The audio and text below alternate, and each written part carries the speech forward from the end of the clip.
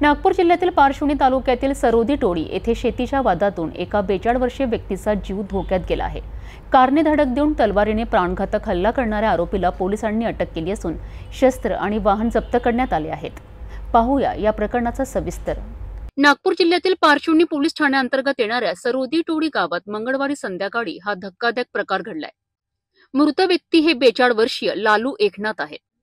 त्यांचा आरोपी लालू भोयर यांच्याशी शेतीतील नाली आणि इतर कारणांवरून वाद सुरू होता। मंगळवारी सकाळी सुमारे 5 वाजता आरोपीने मृताच्या दुचाकीला आपल्या कारने जोरदार धडक दिली।